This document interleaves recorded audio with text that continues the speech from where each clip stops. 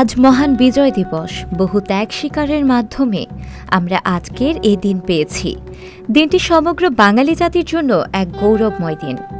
বাঙালি ইতিহাসের এক বিশেষ দিন এটি। রাষ্ট্রীয়ভাবে সারা দেশে দিনটি ভাবগাম্ভীর্যের সাথে পালন করা হয়।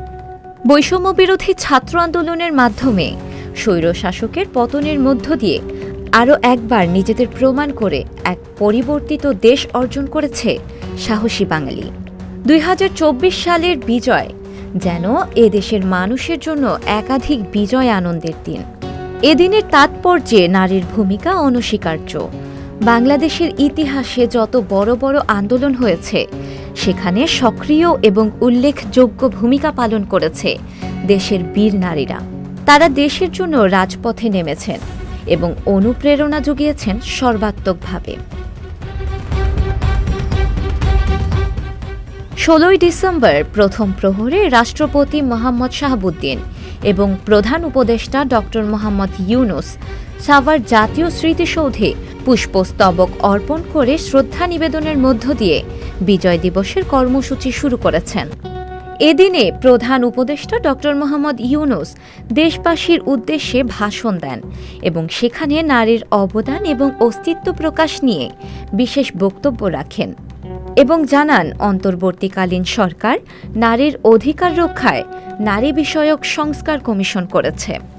প্রধান উপদেষ্টা বলেন, জুলাই বিপ্লবে বাংলাদেশের ছাত্র, শ্রমিক, জনতা মিলে যে অসাধ্য সাধন করেছে তার অন্যতম শক্তিশালী ভূমিকায় ছিল এদেশের নারীরা। ফ্যাসিবাদী শক্তির প্রাণঘাতী অস্ত্রের সামনে হিমালয়ের মতো দাঁড়িয়েছিল আমাদের মেয়েরা।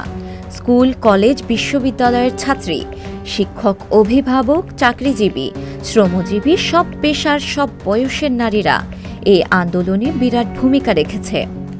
এবছর বেগম রোকেয়া দিবসে দেশজুড়ে আন্দোলনে নারীদের আত্মত্যাগ ও ভূমিকার বিষয়ে বড় আকারে আলোচনা হয়েছে।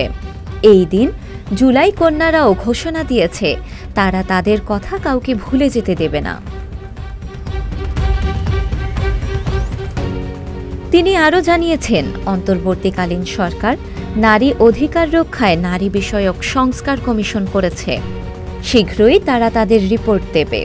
জুলাই কন্যারা ঘোষণা দিয়েছে প্রতি বছরে 10 ডিসেম্বর নির্ধারিত সময়ে সারা দেশে সব পরিবারের নারী, শিশু, কিশোরী, তরুণী, মহিলা, বৃদ্ধা একসঙ্গে নিজ নিজ নির্ধারিত স্থানে, সেটা উঠানে হোক, বাড়ির সামনের রাস্তায় হোক, সমাবেশ করে দেশের অর্ধেকাংশ মানুষের অস্তিত্বের কথা সারা জাতিকে স্মরণ করিয়ে দেবে, তাদের আশা আকাঙ্ক্ষার কথা জানিয়ে দেবে। দেশের নারীরা কোণঠাসা হয়ে থাকলেও তাদের দেখা যায় মিছিলের সামনে, স্লোগানে স্লোগানে আর বিজয় উল্লাসে। নারীদের এমন অগ্রণী ভূমিকা সবসময় স্মরণ রাখতে এবং নারীদের এগিয়ে যেতে আরও উৎসাহ দিলেন প্রধান উপদেষ্টা। শিলা ইসলাম, সংবাদ প্রকাশ।